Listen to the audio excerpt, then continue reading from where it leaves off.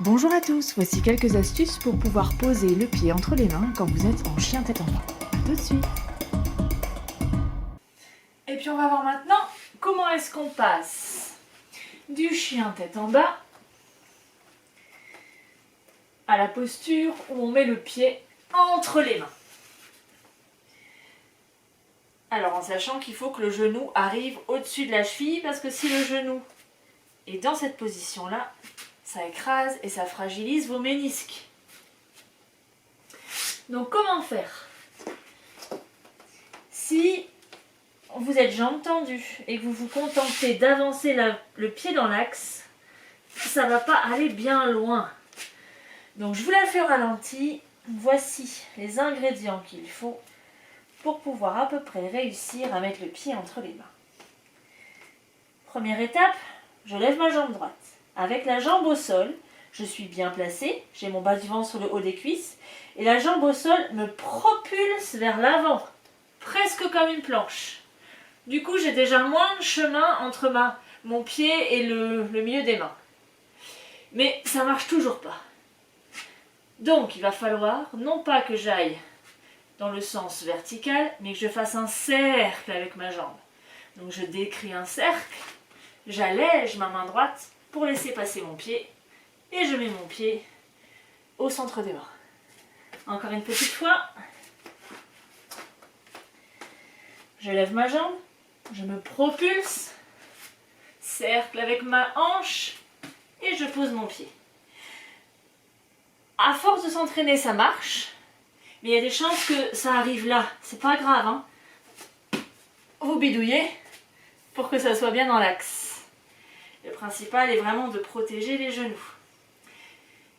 Et le mouvement pourrait être encore facilité si vous travaillez la souplesse des hanches. Donc juste pour petit rappel, voici un des exercices qu'on a déjà vu ensemble qui permet de travailler la souplesse des hanches.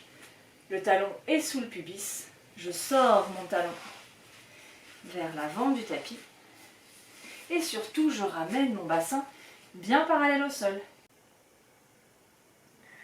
Et puis tant qu'on y est, on en profite, on reste un petit peu pour observer les sensations. Ça tire plutôt fort dans la fesse gauche. Ce qu'on sent, c'est la hanche. Et on utilise la respiration pour relâcher, détendre l'articulation. Imaginez qu'à chaque expire, vous envoyez votre souffle tiède là où ça tire. Et que la chaleur de votre souffle détend, relâche tous les muscles. C'est vraiment très important de ne pas être en résistance dans la posture. Vous n'êtes pas en train de la subir, vous êtes plutôt en train de l'explorer.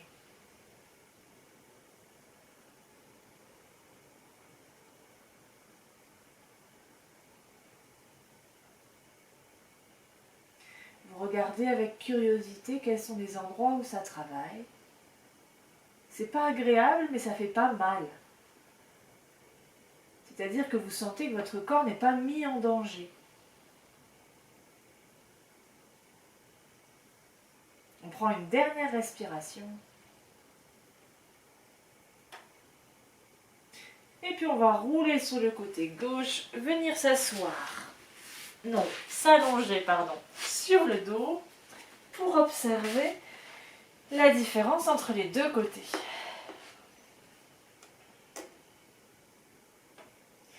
Sentez la différence d'étalement au niveau des fessiers. Sentez la différence au niveau de l'ouverture de votre aine. Et peut-être que vous avez la sensation que votre bassin verse d'un côté plus que de l'autre.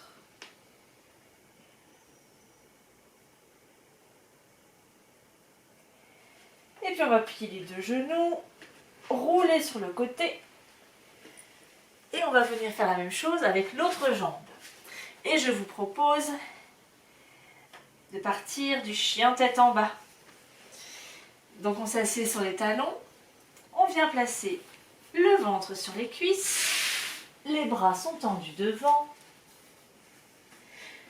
je retrousse mes orteils, je viens me rasseoir sur mes talons, je pousse le tapis vers l'avant avec mes mains et mon coccyx monte vers le ciel. Je lâche bien la tête.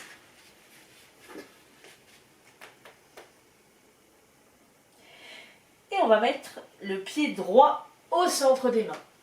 Je soulève ma jambe droite. Je garde le bas du ventre bien collé sur la cuisse gauche. Je me propulse avec la jambe gauche. Petit cercle avec ma hanche droite.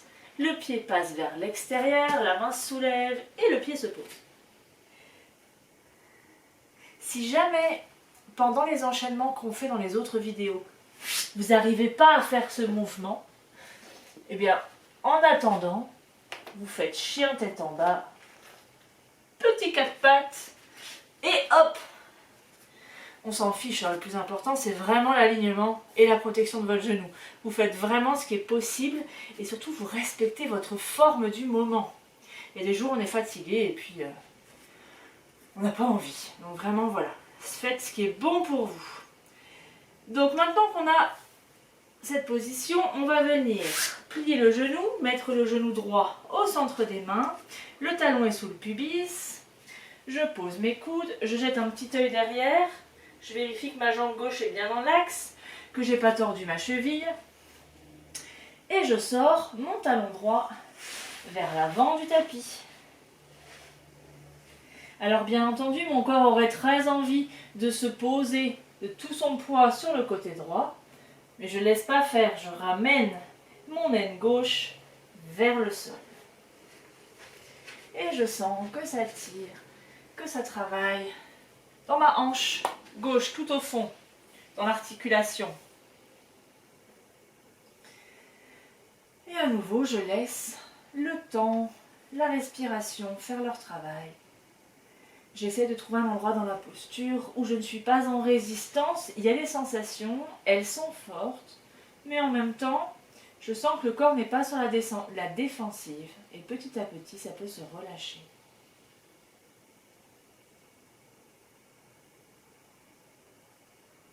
À chaque expire, j'envoie mon souffle tiède là où ça travaille.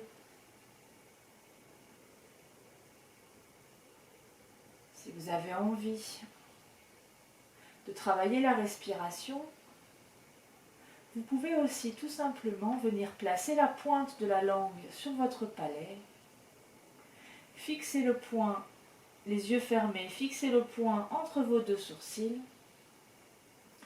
inspirez de la plante du pied gauche jusqu'au sommet du crâne, expire du sommet du crâne jusqu'à la hanche droite. Inspire, plante de pied gauche, sommet du crâne. Expire, sommet du crâne, hanche droite. Inspire, plante de pied gauche jusqu'au sommet du crâne. Expire, sommet du crâne, jusqu'à la hanche droite.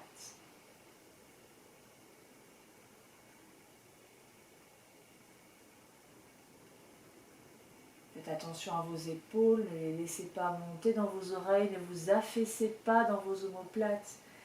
Gardez-les basses, rassemblées, la nuque est longue.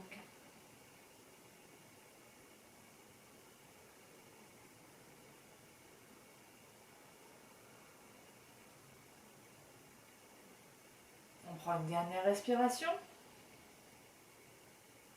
Et puis vous viendrez rouler sur le côté droit, venir vous allonger sur le dos, observez l'étalement des fessiers,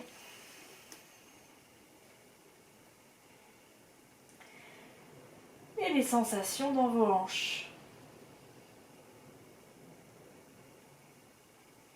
Pensez que la hanche est une articulation qui reçoit énormément de poids.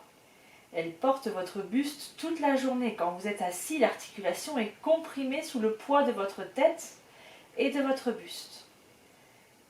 Là, le fait de l'étirer remet un peu d'espace dans l'articulation. Si on avait une éponge dans l'articulation, et bien là, ce serait le moment où elle se regonfle le dos. Et ça fait toujours du bien. Allez, passez une bonne journée. À bientôt.